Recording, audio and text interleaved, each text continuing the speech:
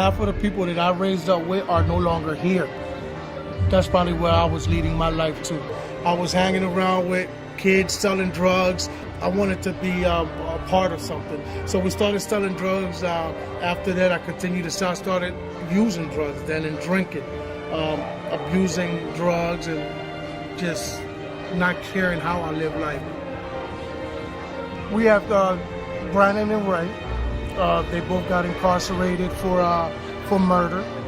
Ray got incarcerated first at the age of 17, and then 11 months later, Brandon got also incarcerated for murder.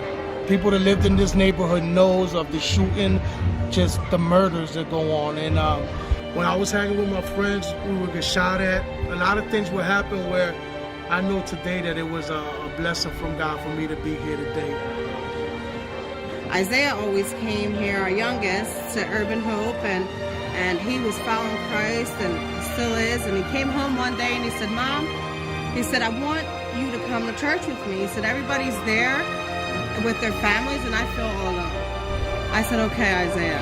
And I came to church with him, and then my husband started coming, and so it took a few months, and then finally we decided to change our lives, and I gave my life over to Christ. And you know, God accepts trade-ins, and I traded my life in.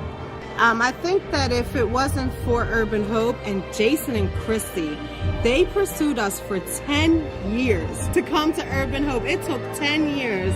If it wasn't for Christ living in them and bringing them to us, and what Urban Hope is doing in this community, I think that our lives would be just even worse.